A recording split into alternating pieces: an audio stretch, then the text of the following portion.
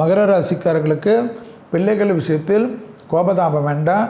பிள்ளைகளுடைய படிப்பு, உத்தியோகம், தொழில், வியாபாரம், தேகாரோக்கியத்தில் சிறிது கவனமாக பார்த்துக்கொள்ள வேண்டும். சிவன் வழிபாடு சகல விதத்தில் ஏற்றத்தையும் அனுகூலத்தையும் தரும். கண்டிப்பாக தலைவலி சம்பந்தப்பட்ட, நரம்பு சம்பந்தப்பட்ட, முதுகு சம்பந்தப்பட்ட விஷயத்தில் மட்டும் கவனமாக இருப்பது மகரத்துக்கு முக்கியம். வாகனத்தில் கோபதாபம் வேண்டாம். வாகனத்தில் கவனமாக இருங்கள். மேலதிகாரிகள் விஷயத்தில் கவனமாக இருங்கள். சட்டத்துக்கு புறமானவர்களுடைய நிழல் கூட அண்டாமல் பாதுகாத்து கொள்ளுங்கள். 3 குரங்கு பொம்மையை போல் தை மாதம் முழுவதும் இருக்கக்கூடிய ராசிக்காரர்கள் மகர ராசிக்காரர்கள் நீங்களாக தடையை மீறி செல்லாதீர்கள். ஏதாவது வீட்டிலிருந்து கிளம்புகிற சமயத்தில் சின்ன தடையோ சின்ன சண்டையோ வேண்டாம்.